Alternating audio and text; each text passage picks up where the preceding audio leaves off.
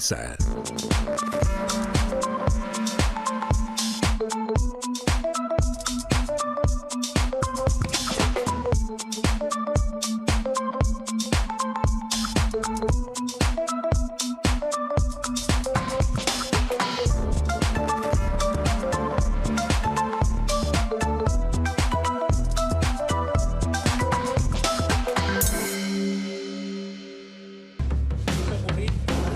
Quería encerrarse en un búnker y no pudo llegar a la puerta. Fue algo increíble. Ningún efectivo estadounidense perdió la vida. Nosotros construimos la industria petrolera del país y ellos se adueñaron de esto como si nada. Y tuvimos presidentes que decidieron no hacer nada al respecto. Nosotros sí lo hicimos. Vamos a manejar el país hasta que se pueda tener una transición segura y ponderada. Nosotros venceremos. ¡Que viva la patria! ¡Que viva! Se designa a la ciudadana Delcy Eloína Rodríguez Gómez como presidente de la República Bolivariana de Venezuela. Para sacar adelante a Venezuela, juro. María Corina Machado es fantástica. Desafortunadamente, la mayor parte de la oposición no está en Venezuela.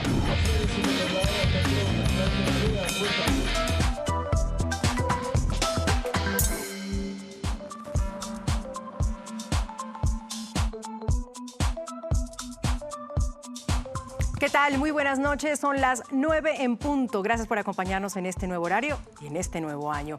Vaya fin de semana que acabamos de vivir, un arranque de año marcado por lo que está ocurriendo sin duda en Venezuela. Esta noche vamos a hablar de eso que está pasando en Caracas a esta hora. ¿Qué señales se están enviando y quiénes son además estos protagonistas de una crisis que vuelve a sacudir a la región? Y ojo, no hoy solo juró Delcy Rodríguez como presidenta, sino que también declaró Maduro en Nueva York. Mientras todo esto pasaba, pues colegas periodistas en Caracas denuncian que hay arrestos y persecución. A los periodistas internacionales no los dejan incluso entrar con ellos. Vamos a hablar en vivo para entender el clima de este país convulso en estos momentos. Y muchos se preguntan hoy, bueno, ¿y la oposición dónde está? Vamos a extenderle la pregunta a Lorenz Saleh, él es activista opositor al régimen que tras estar preso en la cárcel La Tumba se exilió en Europa. Luego, volvemos aquí a nuestro país, a Ecuador, donde la justicia está en el centro del debate tras este escándalo por la denuncia de injerencia que involucra a un asesor de Mario Godoy y el conflicto de intereses en el Consejo de la Judicatura. Tendremos también una exclusiva, y aquí está en el set, con el presidente de la Corte Nacional encargado de seleccionar candidatos al Consejo de la Judicatura. Hablamos de José Swing. ¿Qué viene ahora para el sistema judicial? ¿Qué tan profunda es esta crisis? Y vamos a cerrar con un semáforo. Ese semáforo es el del bolsillo para este 2026. Así comenzamos de lunes a lunes. Gracias por estar con nosotros y acompañarnos aquí a las 9 de la noche.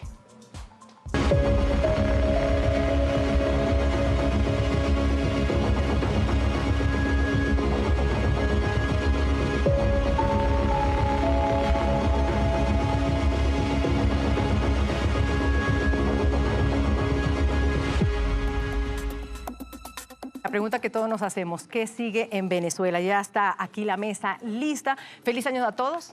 Feliz año. Que tengan un gran 2026 y con nuevo horario, imagínense además. Muy felices, la verdad, por el nuevo horario y un fin de semana con alegría, esperanza, incertidumbre, certezas, de todo. Usted trasnochó, ¿no? Supe que trasnochó. Junto con la generación, ahora nos va a contar Alondra. Carlos de Tomaso, Juan Carlos Holguín, José Hidalgo nos acompaña, Alondra Enríquez. Juan Carlos, vimos la factura de Maduro, vimos los bombardeos, vimos ya la presencia de Maduro en la Corte de Nueva York y yo tuve un titular que pueden estar no de acuerdo conmigo y está bien. Una acción militar impecable y una acción política indescifrable. ¿Están de acuerdo conmigo? Yo no. Yo creo que ha sido una acción militar impecable, pero también una acción política interesante. Yo creo que hoy el mundo es mejor, no solamente Venezuela. El impacto que ha tenido la salida de Maduro, esta extracción en un operativo que quizás es el más importante de la historia, de la última década en este contexto, hace que la región tenga hoy un mejor momento. Se han ido con el símbolo más importante. Ahora, en un proceso de transición, vamos a ver qué es lo que sucede en las siguientes horas. Estamos en medio de un contexto donde no se sabe qué está pasando en Caracas en este momento, pero creo que hay una transición en marcha. Carlos, ¿de acuerdo conmigo o más con Juan Carlos? Creo que a la larga lo que hubo fue una derrota del derecho internacional. No me refiero a la incursión en sí, sino al no haber podido dotar de mecanismos que solucionen este tipo de crisis, pese a todos los reportes que hicieron todas las instituciones que protegen el derecho internacional. No hubo mecanismos años, además del chavismo, y terminó ¿no? alguien tomando la decisión. Esa es la reflexión que debemos llevarnos de esto. Hay que actualizar los mecanismos del derecho internacional para estas situaciones. ¿Madurismo sin Maduro, José? Es que se entiende un poquito a qué está, no sé si decir, jugando o cuál es la estrategia de Estados Unidos. Incluso cuando todos al inicio, creo en la mañana, decíamos bien Maduro, bien Venezuela libre, y luego escuchamos a Donald Trump decir, sí, María Corina es buena gente, es chévere señora, pero ella no va. No se vista que no va. Y asumir como presidente a Delcy Rodríguez, que finalmente es una de las duras del chavismo, y obviamente está su hermano también involucrado, Diosdado Cabello sigue también rondando por ahí. Entonces, sí hay incertidumbre respecto a si es una transición que va a durar mucho tiempo o si va a ser una transición corta en la cual ya la oposición, que ganó las elecciones de 2024, va a poder finalmente asumir el poder. Alondra, ahí dicen que hay una alerta, sobre todo, y tal vez lo que decía Carlos, por los precedentes que esto está dejando en el mundo. Bueno, las redes sociales han tenido un debate bastante interesante, polarizado, partiendo principalmente de los cuestionamientos a la forma. No me vaya a adelantar, ¿no? Todavía. No.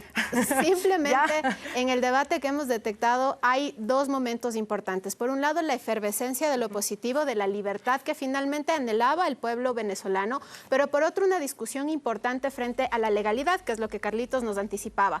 ¿Cómo se ve hoy el derecho internacional? Y uno de los grandes debates que hoy encontramos es el fracaso de las ONGs. Cómo las ONGs hoy cumplen un rol trascendental para garantizar no solo evitar por un momento beligerante bélico, sino también cómo pueden garantizarse los derechos humanos frente a todo lo que nos anticipabas, Andreita, hace un rato, de cómo está la prensa, cómo están las víctimas de este que ha sido un momento con buen augurio, pero también con víctimas colaterales. Ese qué día, porque ha pasado de todo. Juan Carlos, una transición, tú decías, usaste la palabra, Marco Rubio también la ha usado, que se entiende cómo cuando no se habla de presos políticos, cuando no se habla de empezar de nuevo el CNE, por ejemplo, eso hay que empezar Pero de nuevo. 48 horas, Andrea. Creo que el mundo no se esperaba lo que sucedió el día sábado. En mi primer programa acá yo decía, creo que faltan horas o días para la salida de Maduro, pero nunca pensé que sea una extracción, además, hacia él. Por eso yo creo que es importante políticamente también lo que genera para Estados Unidos la declaración de hoy del mismo presidente Trump de este es mi hemisferio. La angustia cuando te dicen es que tenga que tener paciencia, han tenido 25 años de paciencia. Pero por eso mismo, salir de una dictadura es difícil, salir de una narcodictadura es mucho más difícil. Y permíteme solo... Por favor, 10 segundos porque vamos a empezar el año contradiciendo a Carlos, porque yo creo que es fácil hablar del derecho internacional desde esta mesa, pero lo que han vivido los venezolanos requería una salida de este tipo. Esto es un sentimiento, Alondra, vamos si quiere a la pantalla, que genera muchas pasiones, Juan Carlos, Carlos y José, cuando hablamos de Venezuela. Y esas pasiones, lógicamente, pues se traducen en las redes sociales. ¿Qué hay hoy?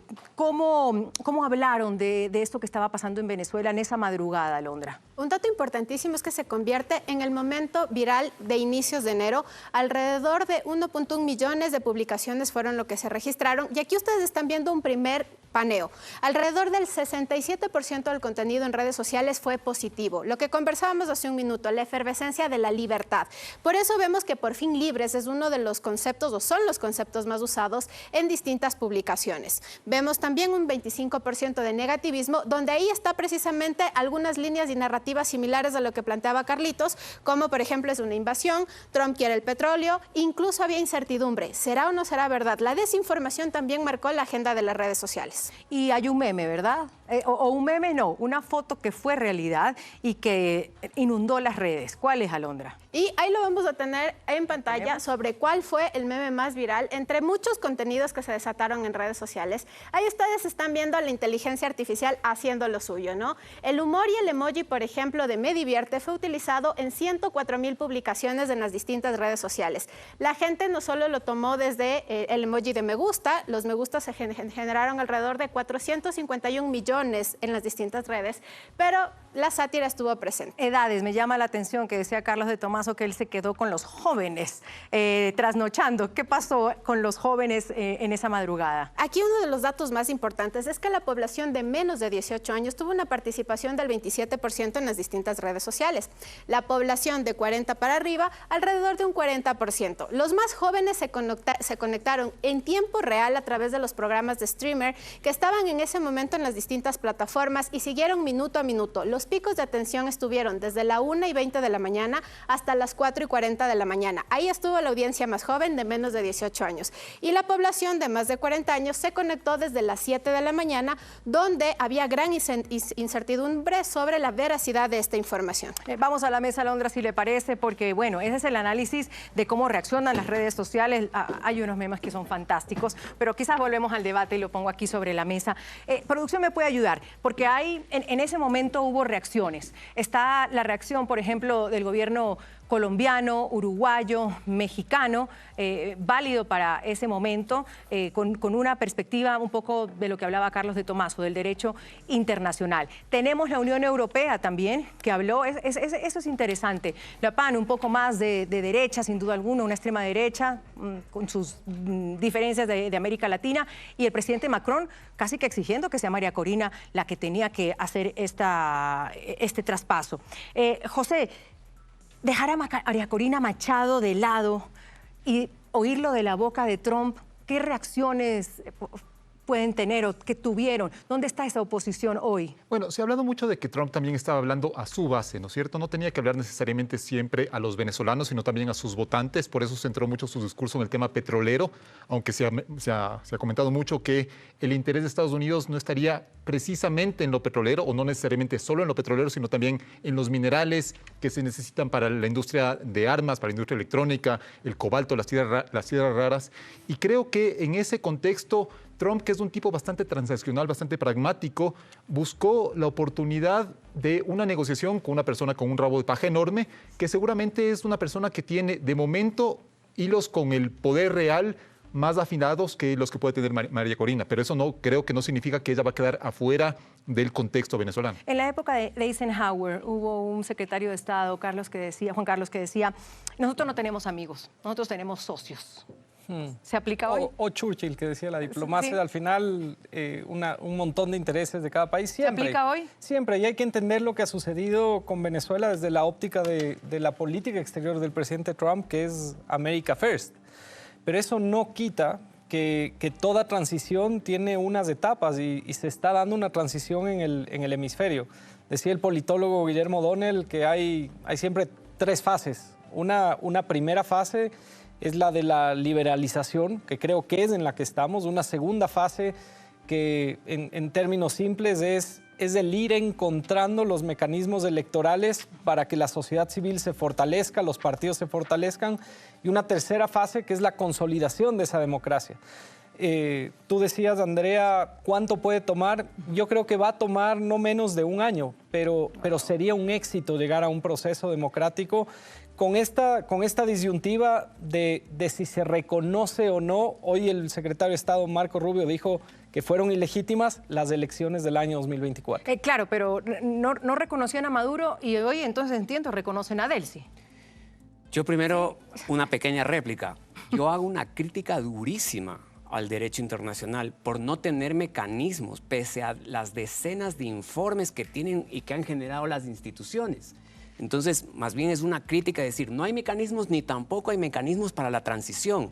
Entonces, ahora vamos a estar suspensos a lo que la negociación entre los Estados Unidos y Venezuela tengan para esta etapa, que estoy de acuerdo con algo.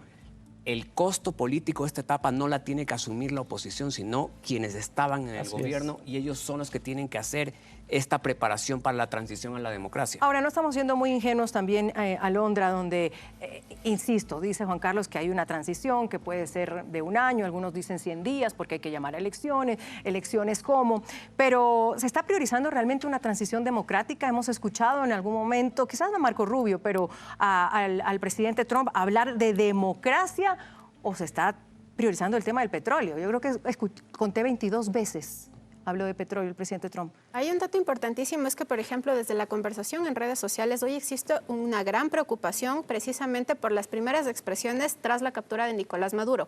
Es decir, hasta qué punto también el derecho internacional y la política internacional puede admitir un proceso beligerante en un país y respetando sus procesos soberanos. Porque, claro, la narrativa fue Nicolás Maduro es el delincuente. No se está capturando al presidente, sino al delincuente. Sin embargo, en la norma, y la ley es la ley, no se puede sujetar interpretación por intereses particulares. Eso pone en ciertas posiciones una latente preocupación. Por eso veíamos, por ejemplo, cómo la posición de Boric, la posición de Lula, son totalmente contrarias a lo que hemos expresado en esta mesa, frente a lo que podría implicar un intervencionismo como el que acabamos de ver, por fuera de la discusión política. Hoy, periodistas detenidos, periodistas sueltos, la prensa internacional que ha llegado hasta Cúcuta, que es la frontera entre Venezuela y Colombia, no han podido pasar. Algunos les han quitado incluso su material. Y escuchamos de nuestros colegas que nos enviaron videos donde había disparos a los alrededores de Miraflores. Parece que al final hubo una confusión, que eran unos drones, pero pues cuando un país está como está, pues pasan estas cosas. Escuchemos.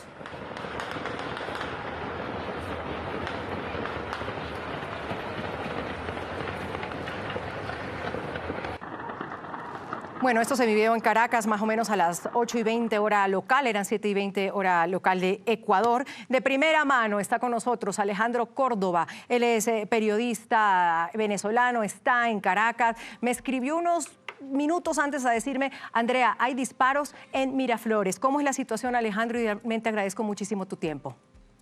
Muy buenas noches para ti, Andrea, y para todo el pueblo de Ecuador. Así es, me encuentro a 2 cuadras del Palacio de Miraflores, es mi residencia. Y efectivamente te escribí en el instante que estábamos volviendo a vivir esta zozobra. Se escuchaban aproximadamente ráfagas de disparos, aproximadamente 50 disparos se escucharon a esa hora de la ciudad capital, a las 8 de la noche, donde, bueno, según una cantidad de drones, es lo que se maneja de diferentes audios que se han filtrado, estaban sobrevolando el Palacio Presidencial aquí en Venezuela y Casa Militar intentó derrumbarlos, es lo que se maneja de manera extraoficial. Y bueno, también indican que hay 2 heridos que fueron trasladados al Hospital Vargas, pero fueron heridos por balas perdidas. Pero se vivió momentos de tensión, momentos de zozobra, había gente todavía en la calle que venían de sus trabajos y bueno, los agarró esta cantidad de disparos. Ya está calmada la situación, pero con totalmente incertidumbre, mucha zozobra, claro, mucho nerviosismo se vive aquí en esta parte de la ciudad capital.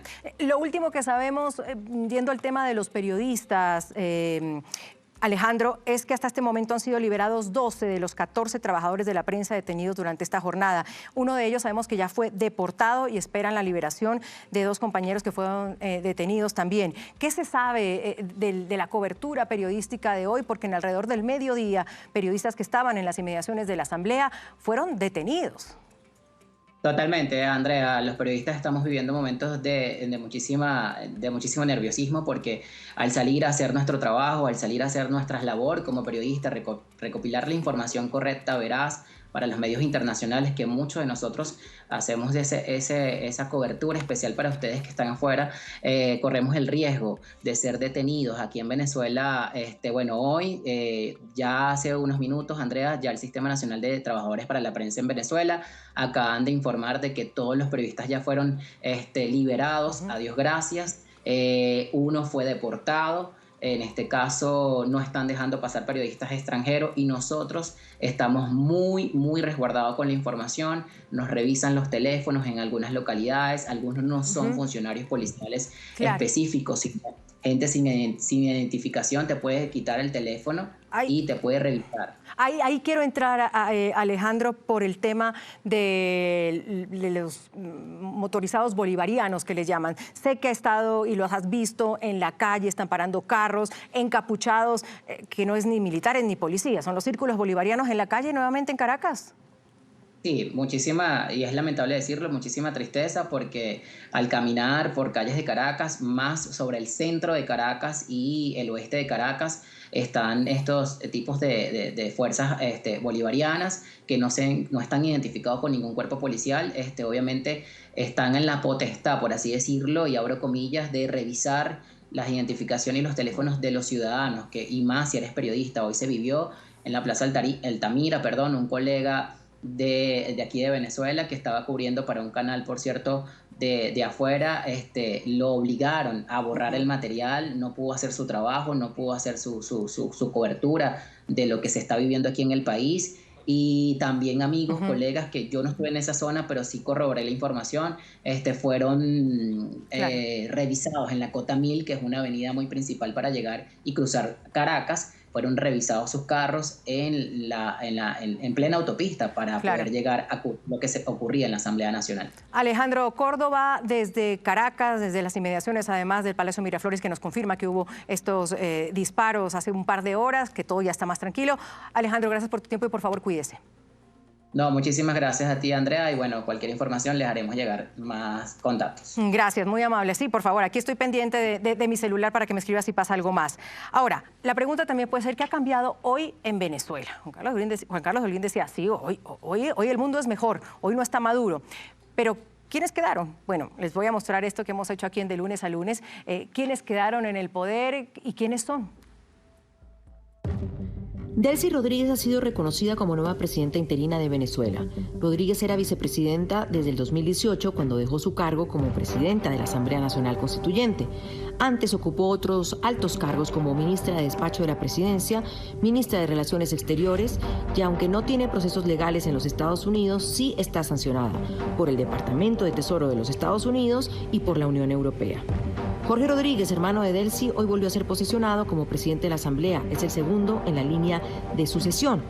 No son los únicos fuertes, también está Vladimir Padrino, ministro de Defensa desde hace más de una década y hombre de confianza de Maduro. Padrino fue sancionado por Estados Unidos, acusado de tráfico de cocaína en una corte estadounidense. Otro nombre clave es Diosdado Cabello, ministro del Interior y uno de los principales dirigentes del Partido Socialista Unido de Venezuela. Considerado como el número 2 del chavismo, ha sido señalado por persecución contra periodistas y defensores de derechos humanos. Estados Unidos lo acusa de narcotráfico y terrorismo y ofrece 25 millones por información que permita su captura. Y también está Tarek William Saab, fiscal general. Tiene una larga carrera en el oficialismo como diputado, constituyente, gobernador y defensor del pueblo. El Departamento del Tesoro lo sancionó junto a otros 139 jerarcas venezolanos. ¿Qué viene ahora para Venezuela?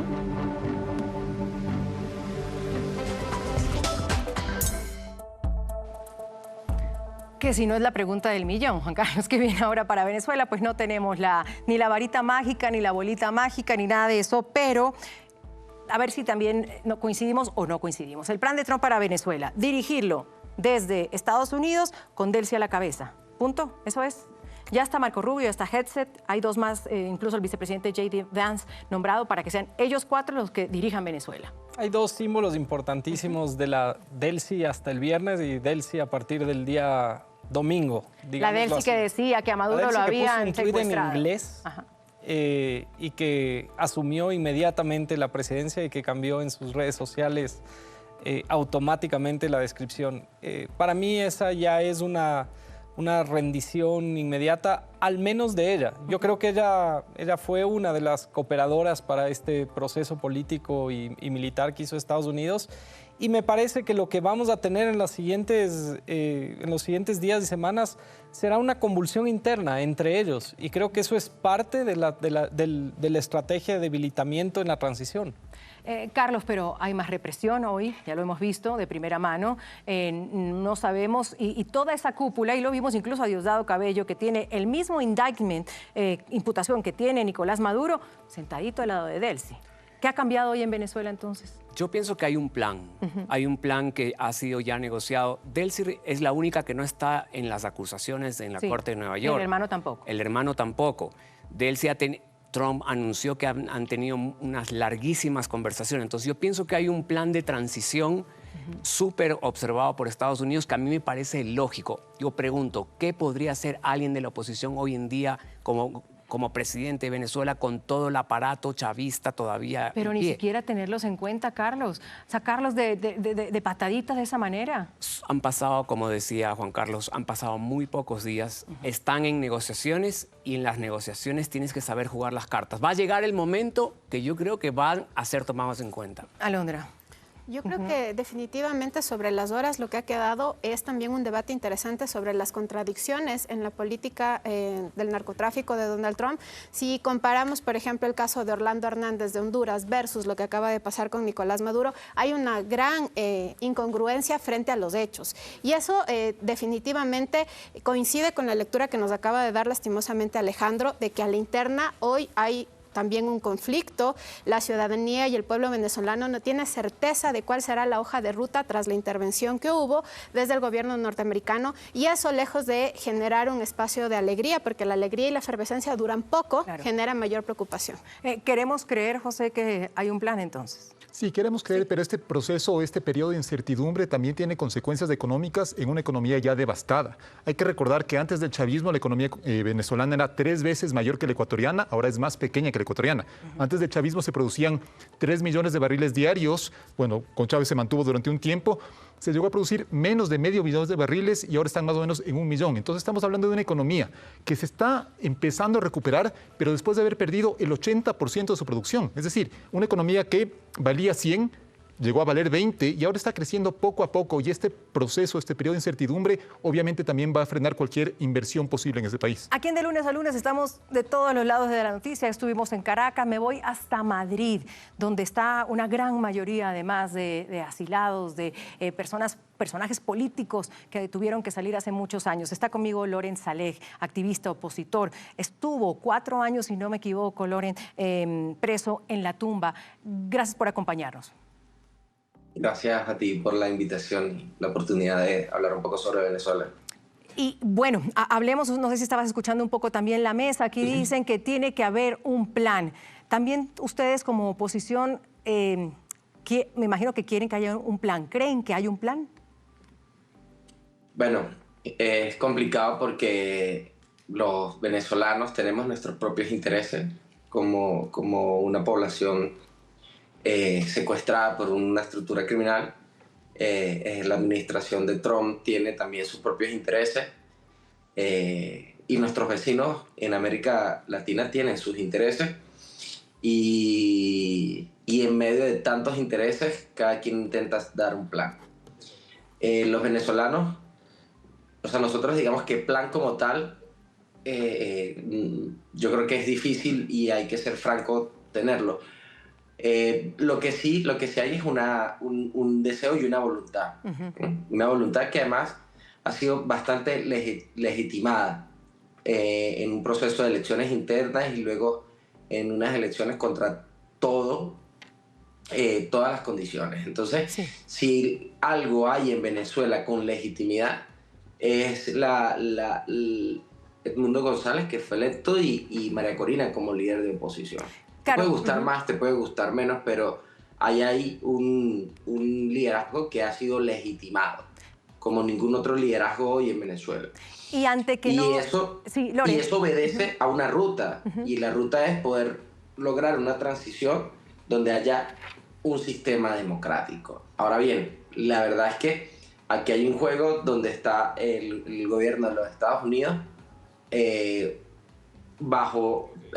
tiene bajo presión al régimen venezolano, y nosotros que nos vamos a quedar de brazos cruzados, no. Creo que nosotros, una de las cosas que hay que hacer como venezolanos, como oposición, y esto es un reto para María Corina y para Edmundo, y es que hay que movilizarnos más que nunca. O sea, en este momento los venezolanos tenemos que estar movilizados. Claro. Uno, para demostrarle al gobierno de la administración Trump que nuestra voluntad de no solo de que haya una transición, sino de millones de venezolanos de regresar a nuestro país, está intacta.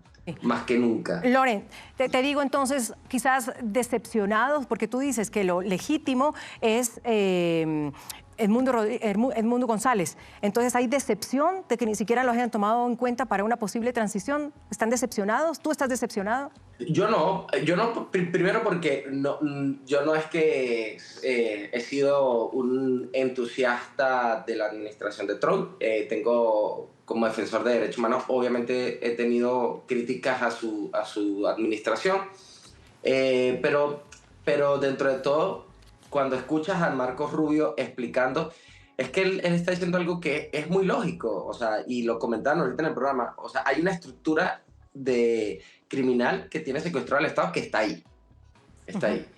Y la transición se da justamente porque dentro del propio sistema hay elementos que permiten y que juegan a favor de la transición. Si no, no sería posible, o sea, no van a tomar militarmente Venezuela y poner a la fuerza al mundo y María Corina. Claro. Creo que hasta ahora las cosas se están haciendo bien, la captura, porque hay que usar ese término. Así como no hay que llamar a Maduro presidente, porque Maduro no es un presidente, ni Tarek es un fiscal general. Ellos son unos criminales que tienen secuestrado una institución. Sí. Pero la operación de ayer fue lo que todos soñaron. Claro. Además fue muy limpia. Llegaron, capturaron, y esta palabra es importante, captura, porque estamos hablando de Nicolás Maduro, que no solo tiene un juicio pendiente en la Corte de Nueva York, es que no se nos puede olvidar lo que pasó en Chile. Claro. Y la acusación de la Fiscalía de Chile. Sí. Y tampoco podemos olvidar incluso el secuestro de mi persona y de compañeros en Colombia, ordenados también por el régimen venezolano, y muchos casos más. Dale. Y todo eso se va a ir destapando. Bueno. Y nosotros tenemos que estar movilizados. Así lo hacemos y así estamos de su lado. Loren Salek nos acompañaba desde Madrid. Gracias. Ahí te veía Juan Carlos como, sí, esa es la vía. Más optimista él, ¿no? Me parece que dice lo correcto. Hay que esperar cómo se desarrollan las siguientes horas. En mi opinión, vuelvo a ratificarlo, hay un proceso de transición, hay un plan. Y creo que para la comunidad internacional inclusive está haciendo un análisis bastante democrático. El hecho de haber hecho una captura de la persona más alta en la cúpula de la narcodictadura y que no hayan muertos de la sociedad civil es ya en sí mismo un éxito en estas primeras 72 horas. Porque ese dato no está confirmado. Si hay gente que murió en el operativo. De la sociedad civil me refiero a lo. Sí hay, y esos son datos que en las próximas horas seguramente los vamos a ver expuestos. Por eso es que la lectura no puede ser tan triunfalista frente a que hay una oposición que no está siendo clara ni visible. No tengo más tiempo en este corte. Vamos a hablar en el siguiente corte, en el siguiente segmento, el caso que sacude el sistema judicial. Godoy, hoy lo vimos compareciendo ante la Asamblea, sin preguntas, ¿no? Está con nosotros aquí, ya listo, José Swing, presidente de la Corte Nacional, el organismo que propone esta terna, de la que sale justamente el presidente de la Judicatura. Vamos a hablar con él en exclusiva. Ya volvemos.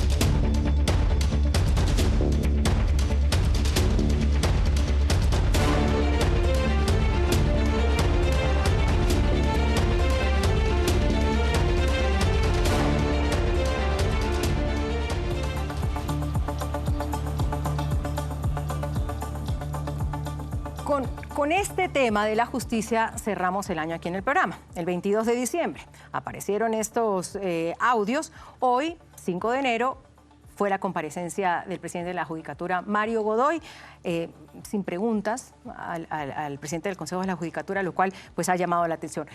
Escuchemos primero las perlas. ¿Qué fue lo que dijo Mario Godoy en esa comparecencia? Agradezco la recomendación que me ha dado el señor presidente Daniel Noboa. La evaluaré, pero en este momento, después del ataque que he recibido, quiero por su intermedio, como máxima autoridad del país, pedirles a los ecuatorianos que dentro del procedimiento de juicio político se me permita acudir ante la Comisión de Fiscalización para defender mi honor y que quede claro al país quiénes están atrás de tomarse la justicia y quieren impunidad, que las intenciones son claras. Repartirse las funciones del Estado, empezando por la función judicial. Desde hoy, señor presidente, y con esto termino, responsabilizo al señor Aquiles Álvarez y a la bancada de RC y a todos los demás actores mediáticos que se han instaurado en estas falsas narrativas en mi contra respecto de mi seguridad y mi familia.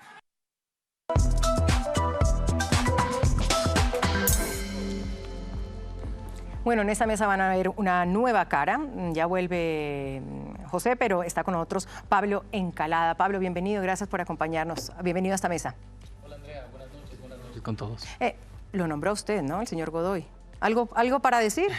Mario Godoy estaba llamado a la Asamblea Nacional a responder por una acusación de tráfico de influencias para favorecer a un narcotraficante y también por unos señalamientos éticos respecto de sus defensas y la de su esposa, narcotraficantes. Él, en lugar de responder eso, dijo que eso estaba bajo reserva judicial y que no iba a hablar del tema más importante. Y al contrario, lo que hizo es atacar a quienes de alguna forma, desde la opinión pública, desde la ciudadanía, hemos hecho fuerzas para que este señor renuncie. Yo creo que Mario Godoy está caído por la fuerza de la opinión pública. Esa es su respuesta, entonces. Esa es su respuesta a lo que... Bueno, de mí, yo me imagino que habrá él buscado la forma de atacarme. Lo único que encontró es que he sido abogado en casos de gran connotación nacional. Gracias, señor Godoy, por la propaganda. ¿Está perdido, como dice Pablo, ya Godoy, Juan Carlos? Yo creo que éticamente está perdido. Moralmente tiene que renunciar. Y el solo hecho de que hayan defendido en el pasado a narcotraficantes en un momento en el que el país tiene una sola guerra, una sola misión, lo hizo caer desde el minuto que se hizo público. A mí lo que más me preocupa, Carlos, es esta pelea de la política dentro de la justicia, porque ahí me pierdo yo. ¿Cuál es el deber de la justicia cuando entonces, no, es que tú te quieres hacer con la justicia, tú te quieres hacer con el Consejo de la Judicatura, no, que es el correísmo, no, que es el lacismo, no, que es el novoísmo, como para nombrarlos a todos? La justicia es una piedra angular de la democracia y tiene que ser un tema de Estado. No es algo que solamente lo tenemos que mirar de lejos. Todo el esfuerzo de una parte del Estado puede verse en nada si la justicia no funciona. Y es ahí donde incluso quienes dirigen los órganos máximos, en este caso de gobierno de la Judicatura, tiene que ser alguien que tenga la legitimidad de poder manejar el proceso tan grave que hay que llevar en este país para la reconstrucción de la justicia. Y entonces, Pablo, ¿cómo empezamos? ¿Qué hacemos? Lo urgente es la salida del señor Godoy. No puede ir al frente del Poder Judicial. Y luego ya Pero Godoy es un nombre, Pablo. Sí, no. Si él sale no va a cambiar nada, es verdad. Pero tenemos que caminar hacia una transformación profunda de la justicia y sí hay cosas que se han dicho, que están en el debate público, que es, por ejemplo, una reforma constitucional para que el Consejo de la Judicatura deje de ser el órgano de gobierno del Poder Judicial y se quede solo como el órgano de administración, de tal forma que ya no sea la herramienta que utilice el poder político para controlar políticamente a las decisiones de los jueces. Cuando hablamos de un pacto político que incluso de un lado y del otro lo dicen, de la justicia. ¿Cómo se sabe de ese pacto? ¿Cómo desentrañar, desenmarañar más bien es la palabra, Alondra, eso tan político que entra en un tema que debería ser tan exquisito como la justicia? Bueno, la ciudadanía ha exigido en decenas de comentarios y publicaciones en redes sociales una celeridad y una transparencia en este caso. Hemos visto decenas de actividades en redes sociales algo irregulares. ¿Le parece si vamos mientras que usted me conversa y aprovechamos el tiempo acá? Vamos, usted hablaba de la pugna de relatos. Uno dice una cosa, el otro dice otra, no, tú fuiste, no, yo fui. ¿Qué tiene sobre eso usted, Alondra? Lo más sorprendente y lo más importante es cómo el caso Mario Godoy ha logrado alrededor de 908,000 interacciones en los últimos 30 días. Un caso que en términos generales por los tecnicismos jurídicos pudo haberse perdido en el interés de la audiencia, pero ha estado latente con un peso significativo en conversación digital. Ahí están viendo ustedes cómo han estado los hashtags en esta disputa de narrativas: renuncia Godoy, fuera Godoy, novorreísmo, que han sido algunos de los términos más usados por precisamente esa falta de transparencia, de entender ¿a quién obedece el perfil de Mario Godoy? ¿A qué tienda política? Y sobre la marcha también hemos visto un debate interesante sobre quién podría ser su sucesora, que ha generado una data mucho menor, pero que también dispara ciertos intereses en la conversación digital. Eso ya le voy a preguntar al presidente de la Corte. Videos hay, ¿verdad? Correcto. Tenemos dos hashtags que han sido promovidos con muchísima fuerza. Por un lado, el de Mario Godoy, que incluso lo vimos ayer en las distintas redes sociales salir por medios e influenciadores que intentaban cambiar la narrativa frente a compartir el video completo de la comparecencia, por ejemplo, del juez Serrano, y que quería cambiar la tónica de quién finalmente es Mario Godoy. Y por el otro tenemos hashtags como renuncia Godoy, que coincide con lo que decía hace un momento Pablo en la mesa, que la ciudadanía se ha organizado para exigir lo que también decía Juan Carlos. Esta es una mirada no solo ética, sino también legal sobre quiénes deben estar al frente de la justicia. ¿Tenemos los videos ya? ¿Uno sobre esto? Sí, por supuesto. Vamos con uno de los primeros videos que vimos realizar. La designación de Mario Godoy como presidente del Consejo de la Judicatura tiene un responsable político directo: el correísmo.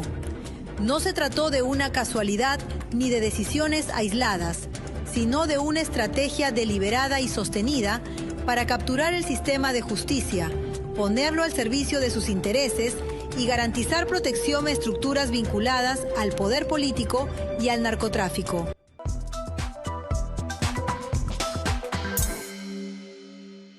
Ahora vemos la injerencia del director del Consejo de la Judicatura, Mario Godoy, y de su esposa en la justicia ecuatoriana. Habrían grabaciones de una reunión solicitada por el director del Consejo de la Judicatura del Pichincha, el señor Henry Gaibor, en la cual se le pide al juez anticorrupción Carlos Serrano que ponga especial atención en el caso de lavado de activos de un ciudadano serbio. Eso es lo que pasa en la Judicatura del Ecuador, controlada obviamente por el presidente Daniel Noboa. Gracias a Daniel Noboa y a Mario Godoy, en este país vale más un narcotraficante que cualquier otro ciudadano.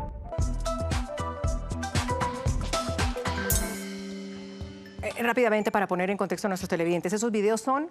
De las dos estructuras de bots que hemos visto en los últimos días, uno intentando apoyar a Mario Godoy y otro intentando atacar a Mario Godoy. Hablamos de Villasís rápidamente. Brevemente, Alondra. poca presencia en redes sociales, 33,000 interacciones frente a 908,000, que es las que ha generado Mario Godoy. Y asimismo tenemos una guerra de narrativas y hashtags alrededor de quien podría ser su sucesor. Vámonos para acá nuevamente a nuestra mesa. Carlos de Tomaso. ¿Qué escenarios hay? Porque decimos sí que Godoy tiene que renunciar, pero Godoy hoy sigue siendo el presidente del Consejo de la Judicatura. ¿Qué escenarios hay? Es un escenario que yo pensaba que iba a haber la renuncia hoy. Un escenario es que no renuncie y afronte un juicio político. Otro escenario es que renuncie y en el momento que renuncie va a haber un reemplazo por parte de la subrogante que está elegida. Yo pienso que va a haber una discusión jurídica en torno a quién va a reemplazar definitivamente a esa subrogante. Pero además de eso, ¿no es la jueza Villasís que tendría que? Temporalmente. ¿No es cierto? Hay que traer ahí va a venir una discusión. Hay unas piezas, hay una resolución de la Corte Constitucional, hay una ley, hay un reglamento posterior a la resolución de la Corte Constitucional que establece y que regula qué pasa en ausencia definitiva de un miembro del Consejo de la Judicatura. Sí. Recordando que no puede nunca quedar vacante ninguno de los puestos que proviene de la Corte Nacional de Justicia porque son los que necesitan estar para poder presidirla. Creo que en esta mesa no están de acuerdo con usted. Por favor. No estoy de acuerdo con esa interpretación, más allá de que respeto el criterio de Carlos, pero me parece que estas interpretaciones son las que ponen en cuestionamiento precisamente la confianza en los abogados, porque le están buscando la quinta pata al gato para buscar una interpretación que le favorezca sus intereses. El Código Orgánico de la Función Judicial y la sentencia de la Corte Constitucional en el caso de Álvaro Román es clarísimo que quien le corresponde suceder al titular del Consejo de la Judicatura es a su alterna, en este caso a la doctora Villasís. No hay ninguna discusión jurídica al respecto. Y lo que tiene que hacer el doctor Swing es mandar una nueva terna para nombrar al alterno de la doctora Villasís en caso de que ella llegase a faltar. Pero decir que el doctor Swing tiene que enviar una terna para nombrar un nuevo titular es una interpretación absolutamente antojadiza y fuera de lo que establece nuestro ordenamiento jurídico. Pienso que hay un vacío. Pienso que hay un vacío. O sea, no es tan claro. No es tan claro. Para mí es Pienso clarísimo. que no es tan claro y creo que va a haber la discusión. ¿Y dónde está el vacío? Mi punto porque es si que para Pablo es clarísimo, ¿por qué para porque usted hay no? un reglamento, la Constitución establece que el Consejo de Participación Ciudadana tiene o puede reglar el proceso de selección de los vocales de la Judicatura. Y en ese reglamento que expidió se establece en el artículo 12 una situación cuando hay una ausencia definitiva. Entonces creo que va a haber la discusión. Yo no estoy diciendo quién tiene la razón. Lo que digo es que creo que va a haber la discusión. Pero más allá de la discusión, aquí lo que tenemos que ver es quién debería ser. Tiene que haber un consenso entre los poderes del Estado para escoger o que pueda presidir una persona que pueda tener la fuerza para poder enfrentar lo que se viene dentro de la judicatura. Y creo que esa discusión también es importante más allá de lo Andrea, solo menciono a dónde tiene que ir a leer la gente nada más. Al artículo 262 del Código Orgánico de la Función Judicial y la sentencia del caso Álvaro Román, párrafo 106. Ahí está clarísimo, ante la ausencia del titular, le sucede su alterno. Es como que ante la falta del presidente de la República quieran convocar elecciones porque el vicepresidente no le puede suceder en el cargo. Para eso han sido elegidos, precisamente para hacerse cargo, para cumplir esas funciones, ante la ausencia del titular. ¿Cuál es el deber ser de la justicia? Aquí estos señores saben del artículo, pero ¿cuál es el deber ser de la justicia, Juan Carlos? El bien común. Y creo que lo que se necesita ahora, yo no soy abogado, no puedo rebatir lo que dicen ambos doctores, pero creo también que éticamente la doctora Villasís no puede asumir el haber sido parte de un gobierno tan reciente como funcionaria, no en su rol inclusive de abogada. Pero eso la descalifica. Me parece que en este contexto del pero país... tendríamos que descalificar a varios. Dice Carlos, a todos. me parece que en este contexto del país la oportunidad que tiene el doctor Swing quizás es el elegir personas que no tengan ningún tipo de compromiso con la política y que puedan desde la justicia hacer un cambio real por el bien común en el país. Hay un dato importante nada más para poder sumar al debate, por fuera del debate jurídico. Definitivamente los intereses frente al caso Godoy son 100% políticos. 6.700 cuentas bots hemos visto activas en los últimos 30 días. Y esa intencionalidad ha sido dirigida desde dos de las estructuras partidistas más importantes del Ecuador.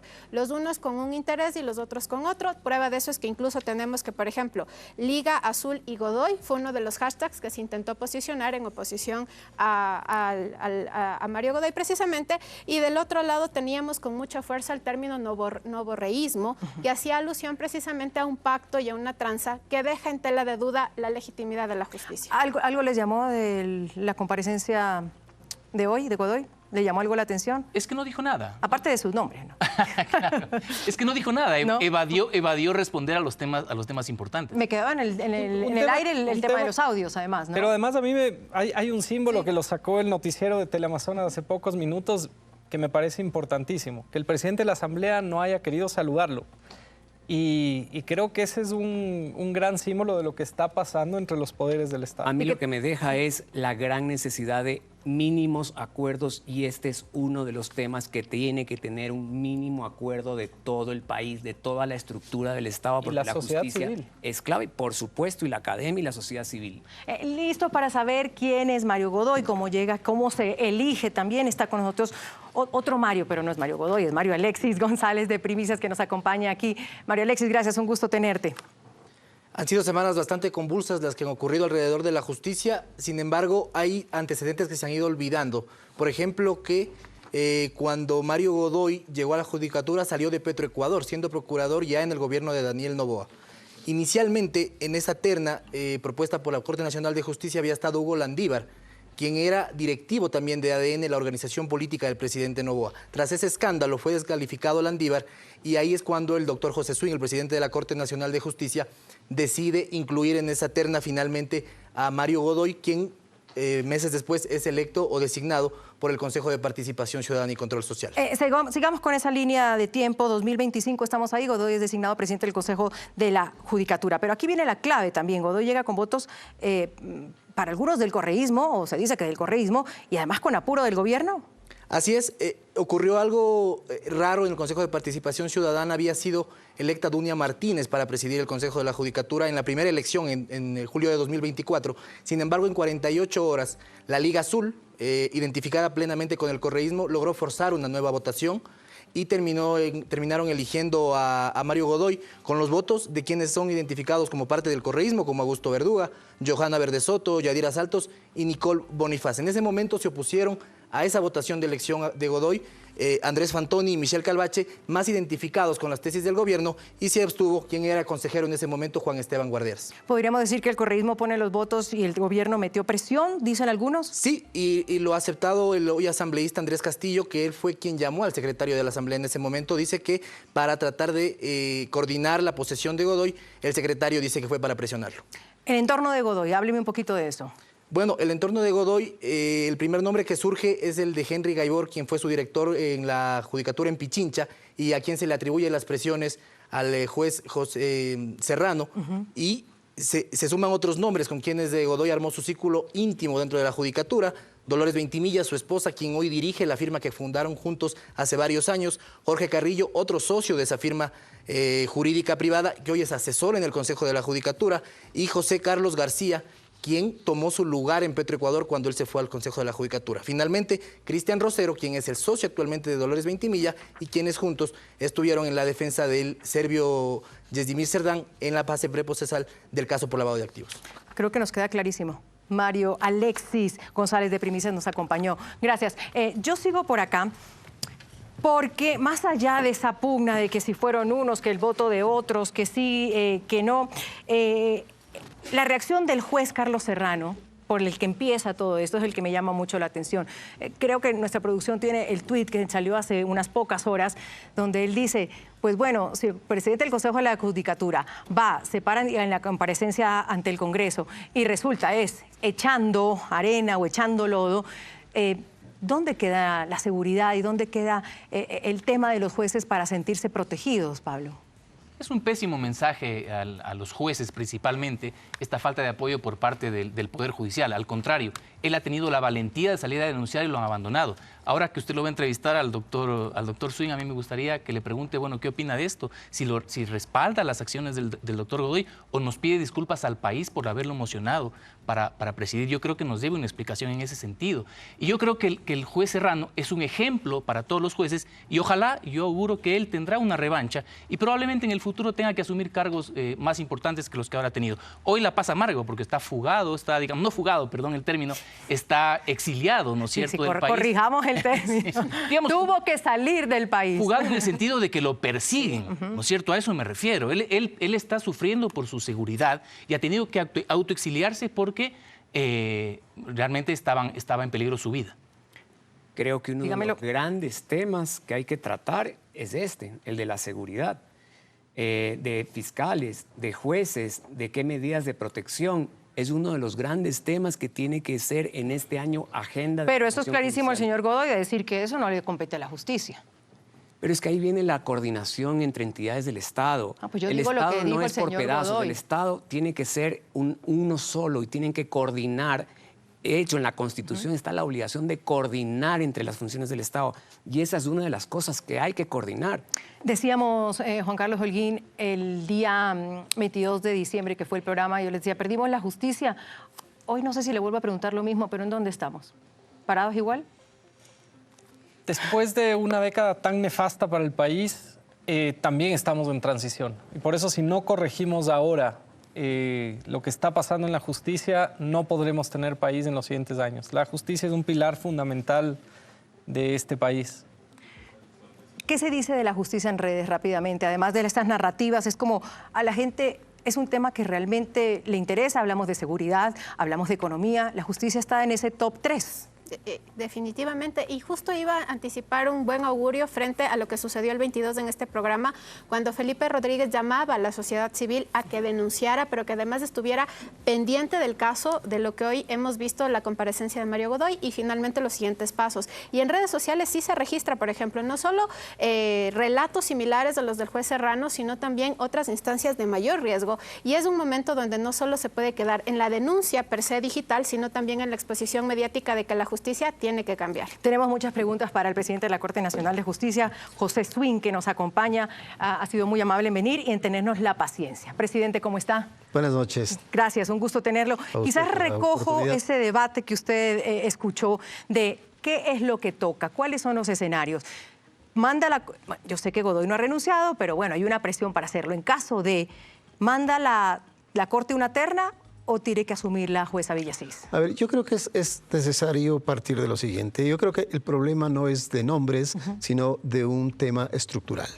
Se ha dicho que la justicia está en crisis y eso puede ser parcialmente cierto.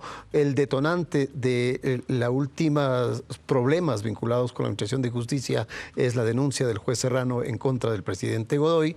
Hoy se le escuchó en la Asamblea a dar sus puntos de vista. Yo por eso he guardado prudente silencio, precisamente para ver qué es lo que tenía que decir el doctor Godoy. Está en su derecho, es parte del debido proceso, parte del derecho de defensa y parte de un principio de inocencia que cubre absolutamente a todos. Y creo que hemos escuchado la versión. Hay un conflicto, desde luego que hay un conflicto.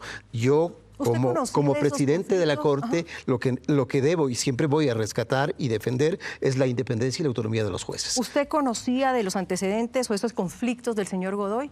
No conocía. Cuando yo seleccioné los candidatos, hice un perfilamiento en función de su hoja de vida profesional, de sus desempeños en el ejercicio de cargos públicos o en la docencia universitaria. Esos cumplía los 3 candidatos, porque no nos olvidemos que el presidente de la Corte lo que hace es enviar una terna para que el Consejo de Participación Social de esa terna sea el que elija a quién va a presidir el Consejo de la Judicatura. Se lo pregunto porque en el 2024 se envió una terna donde no estaba Godoy, en el 2025 pasa lo mismo y en esas 2 oportunidades quedan nombres por fuera y entra el nombre de Godoy. ¿Usted lo propuso? Yo lo propuse, yo propuse las ternas, eso es una atribución constitucional. ¿Usted propuso el nombre de Mario Godoy? De los tres candidatos, de las 3 ternas que se han presentado a conocimiento y decisión del Consejo de Participación Social. ¿Hoy se arrepiente de haber puesto en esa terna al señor Mario Godoy o en esas ternas? Yo me daría un compás de espera en función de que están en curso investigaciones de lado y lado de la denuncia del doctor Serrano, de las denuncias que formula el doctor Godoy en su comparecencia en la Asamblea. Eso corresponderá institucionalmente a la Fiscalía General del Estado y, si es que hay mérito, al proceso penal, al juez de la causa que conozca, a llegar a determinar responsabilidades, si es que son responsabilidades de carácter penal. Claro. Si son otro tipo de responsabilidades, igual habrá.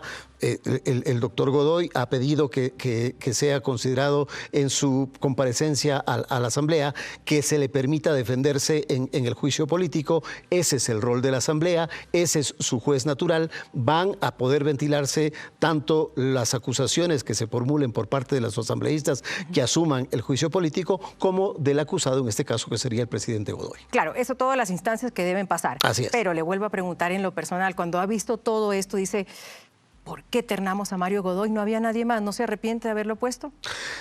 Como le digo, yo creo que todavía al doctor Godoy le protege su principio de inocencia. Podemos discutir de que moralmente, de que éticamente él está cuestionado y él podría dar un paso al costado, probablemente sí. Debería hacerlo, presidente, porque ya en el 2025 había esos antecedentes cuando se lo terna a él. Desde el 2024 y atrás se hablaba de estos conflictos de intereses, de las defensas que él tenía. Cuando yo hice un perfilamiento de los ternados en la primera y en la segunda ocasión en la que se incluyó al doctor Godoy, esos resultados de ese perfilamiento no sacaban a luz absolutamente nada relacionado con el tema de defensas de casos de narcotráfico. Eran públicos, por cierto, pero como le digo, o sea, yo tengo que también actuar en función de ¿qué? En función de hechos concretos. Es decir, si es que el perfilamiento, se equivocó el perfilamiento, no voy a decir quién lo hizo, pero es extremadamente confiable. Si del perfilamiento no sale que hay un conflicto entre el ejercicio del ternado y la función que va a ocupar, yo no veía objeción para poder presentarlo como parte de la terna. Insisto, es una terna, no se ha dicho absolutamente nada de los demás integrantes. En el primer caso, cuando se eligió a la doctora Dunia Martínez, se cuestionó la procedencia de la doctora Martínez supuestamente porque había un acuerdo político con la doctora María Paula Romo y ni más cercano a la realidad una cosa como esta. Se posicionan ciertos relatos, lamentablemente, que desprestigian a la persona que ponga. Ya no es una cuestión de que a quién pongo, a quién no pongo. Estar en los zapatos de seleccionar a las personas. Sé que hay miles de profesionales que están interesados en formar parte de un proceso. ¿Y no importa de esta meterlo en una naturaleza. terna y insistir en la otra? Podría ser el camino, pero lo que pasó. Hay que elegir a un candidato, la persona acepta formar parte de la terna y se la presenta. ¿Debería renunciar el señor Godoy con esos antecedentes, con todo lo que ha pasado y usted diciendo pues que la justicia debe ser autónoma e independiente? ¿Debe renunciar? Yo creo que el doctor Godoy ha solicitado y creo que es pertinente que se ventile el caso en el que está involucrado, que se ventile con su juez natural, que es la Asamblea Nacional. Ha solicitado que se le dé paso a su defensa en un juicio político. Creo que es pertinente que la Asamblea le conceda esa posibilidad. Claro, porque el presidente sugiere que Godoy renuncie. Usted, como dice, lo metimos en esa terna. Pasa lo que pasa, debe renunciar, tal vez, ¿no? Es un tema delicado. Definitivamente es un tema delicado y yo sí creo que todavía le cubre el principio de inocencia, todavía tenemos que pensar en el debido proceso, todavía debemos que pensar en el derecho de defensa que le asiste al doctor Godoy. La bancada del correísmo ya ha pedido su renuncia, presidente. Sé que también al interior de la Corte, algunos la semana pasada hablaban de que tenía usted que renunciar. ¿Se le ha pasado por la cabeza eso, renunciar? Yo cuento con el respaldo del Pleno de la Corte Nacional de Justicia y me debo a ese Pleno de la Corte Nacional de Justicia. Si es que el Pleno, observando el procedimiento que corresponda, considera que yo no puedo seguir al frente del encargo que me hizo este cuerpo colegiado, yo no tendré ningún inconveniente en dar un paso al costado. Y que lo diga una bancada, como el correísmo le pide la renuncia, ¿qué le responde? Yo creo que no es el órgano pertinente o competente para solicitar la renuncia del presidente de la Corte Nacional de Justicia. Lo esencial, hay que respetar el debido proceso y hay que respetar la independencia de funciones. Estamos hablando de la función judicial y estamos hablando, quiéranlo o no, el presidente de la Corte es el representante de la función judicial. Dicen que hay un pacto desde la política para tomarse la justicia y para tomarse el Consejo Nacional de la Judicatura. ¿Usted sabe de ese pacto? ¿Lo ha escuchado? Ni conozco del pacto ni me prestaría para una cosa de esa naturaleza. He escuchado que a propósito la doctora Villasís, que es la alterna del presidente Godoy, ha sido abordada o formaría parte de un proceso de estrategia política para tomarse la justicia. No conozco en particular que ocurra aquello.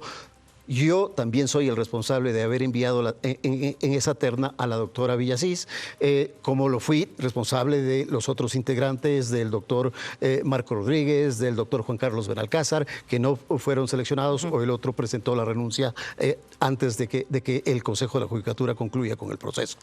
Pues pero no he entrado en un proceso de negociación política con absolutamente nadie. Pues usted es muy amable, señor José Swing. Gracias, el presidente de la Corte Nacional de Justicia. En exclusiva, bien lo ha dicho, ha guardado silencio y aquí ha hablado con nosotros. Mil gracias, que tenga una gran noche. Con mucho gusto. Vamos a hablar de la agenda del 2026, sobre todo la económica, retos, oportunidades del bolsillo de los ecuatorianos. Ya volvemos.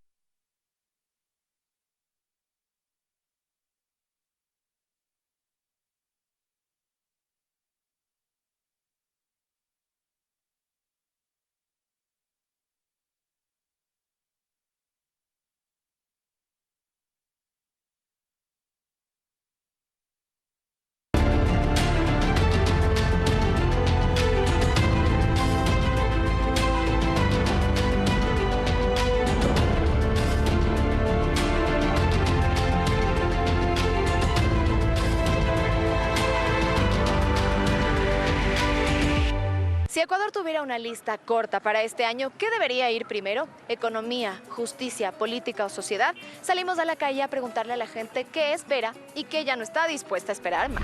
¿Qué debería ser prioridad económica para el país? La prioridad es que el señor Noboa abandone el poder. Con eso se soluciona todo, la economía, la cultura y todo. Que todos tengan una fuente de trabajo. Un alza del tema del PIB. ¿Qué cree usted que se debe solucionar primero? Generar empleo y bajar los precios de costo de vida. Primero por el generar empleo. Bajar los costos, generar empleo, evitar los apagones. ¿Qué esperas de la justicia para el 2026 en el país? Menos delincuencia. Que no haya los actos de corrupción. Que aplique la ley tal como está escrita. Esperemos que haya independencia. Igualdad. Yo creo que ese tema de la corrupción tendría que fiscalizarse. Yo creo que sí se puede arreglar. Que salgan todos y elegir unos nuevos. No, pues sería derrumbar todo y ir al fracaso. Bueno, tiene que mejorar, ¿no? Empezar de ser, porque todo está podrido. ¿Qué cree usted que debería cambiar en la política este año? Creo que los intereses de la ciudadanía, más no de los intereses propios. Para mí, la honestidad. Primero, la corrupción. Churros, en la política cambiaron un montón de gente. Como sociedad civil, ¿cree usted que nosotros deberíamos hacer más? Deberíamos participar más. Mejorar.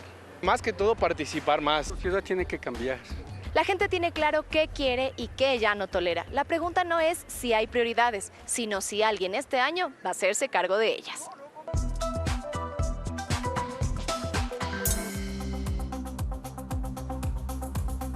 Bueno, nos vamos quedando cortos en estos retos que son miles, ¿no?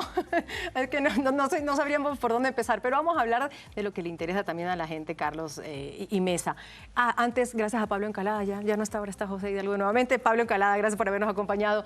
El bolsillo. ¿Cómo se ve su bolsillo, señor de Tomás? Yo no soy un análisis, no soy un Le lancé el primero a usted. Pero soy una persona que tiene fe. Ajá.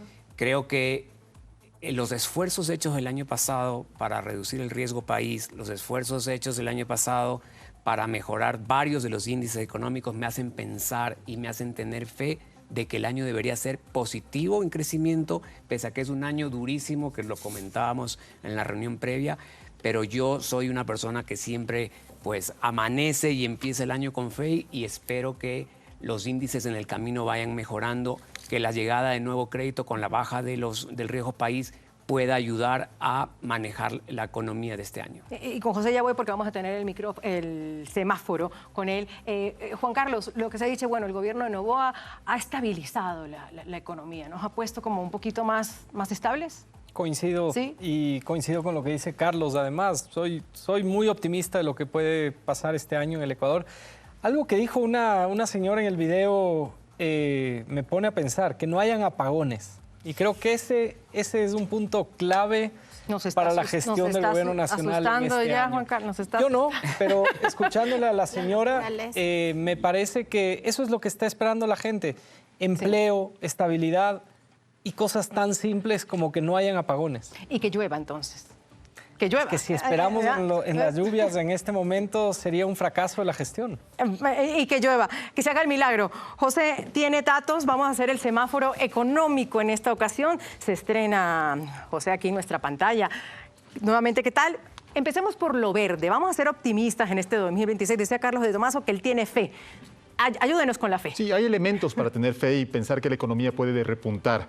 El primero son las exportaciones no petroleras. Aquí nos referimos a banano, camarón, café, cacao, minerales, que vienen mostrando, como se ve en el gráfico, un crecimiento sostenido y solo en los primeros 10 meses de 2025 ya superaron por más del doble a todo lo que se exportó en 2017. Entonces, es un sector que viene generando empleo, no tanto como quisiéramos, pero sobre todo viene generando muchos dólares para la economía.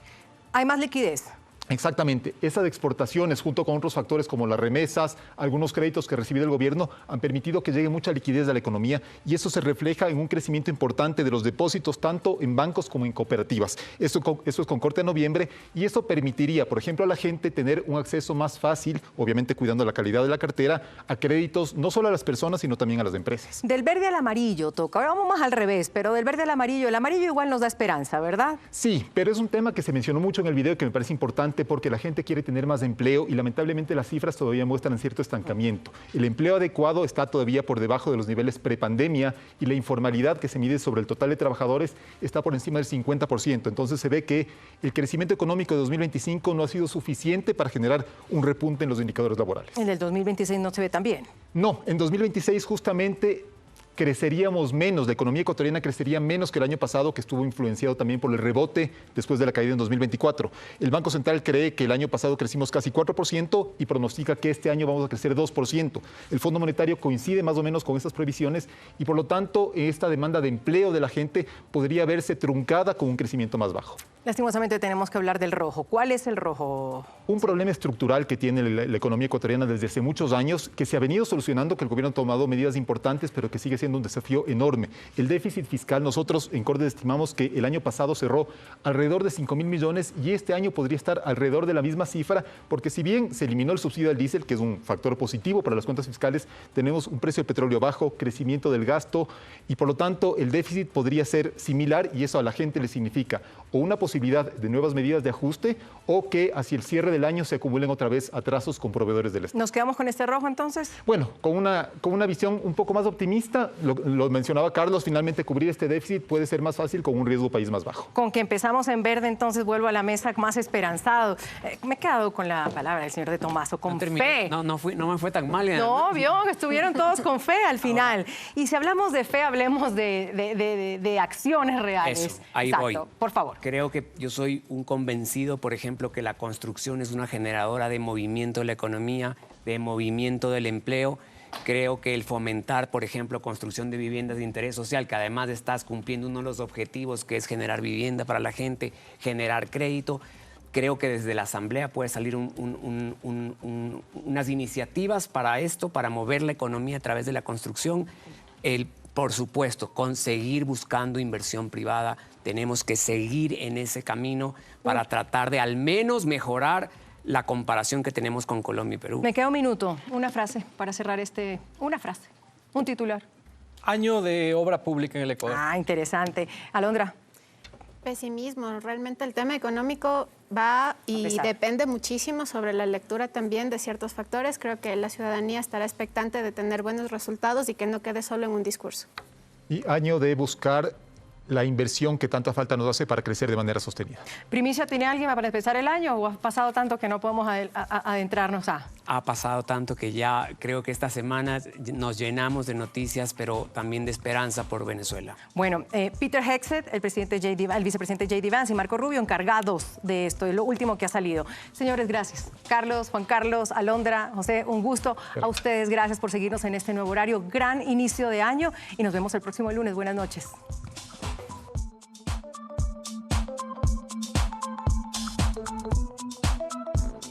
De lunes a lunes fue presentado gracias a... Déjate llevar con Banco Pichincha a la Copa Mundial de la FIFA 2026 gracias a Visa.